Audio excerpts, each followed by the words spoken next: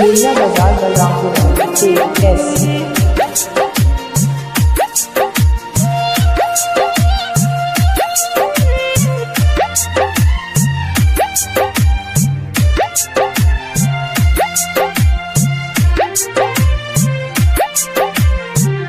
Recording by Suhani Music.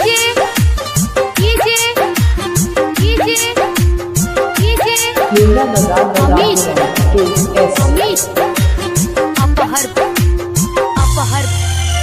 चाहती रही तोहे जानी से जादे हम ना जननी बदल जईबू पाई के मौका दे के धोखाई हो करे जा चल जईबू। चाहती रही तोहे जानी से जादे हम ना जननी बदल जईबू पाई के मौका दे के धोखाई हो करे जा चल जईबू।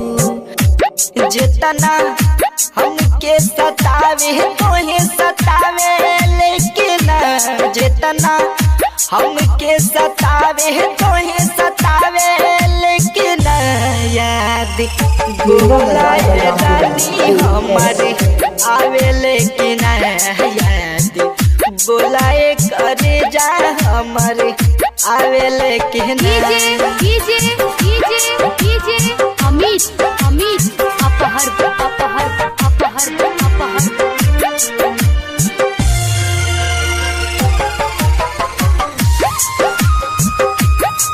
मीना बाजार बलरामपुर KS।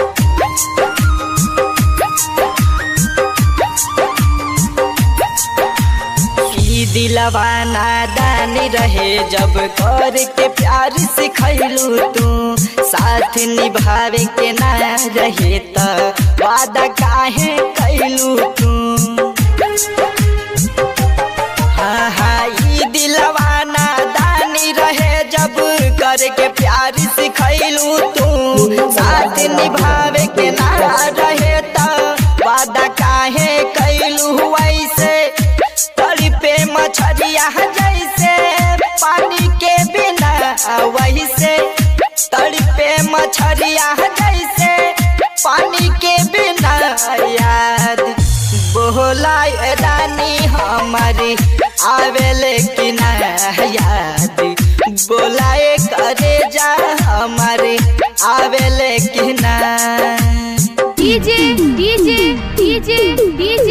अमीर अपहर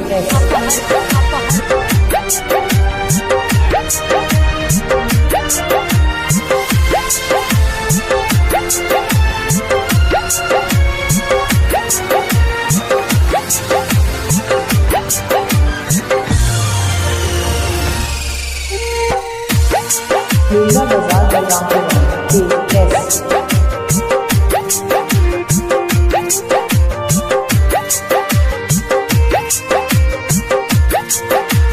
कहे अरुण दयानंद सुख सोच समझ के रहा हो प्यार में बाटे धोखा गोविंद दिल न कतही लगई हो।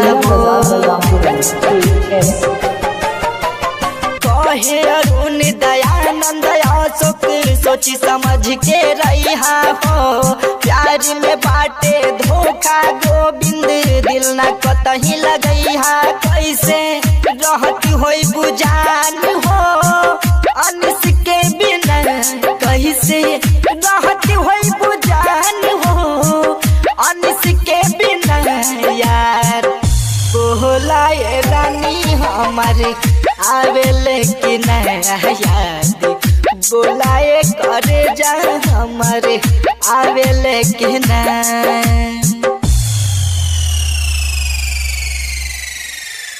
मीना बाजार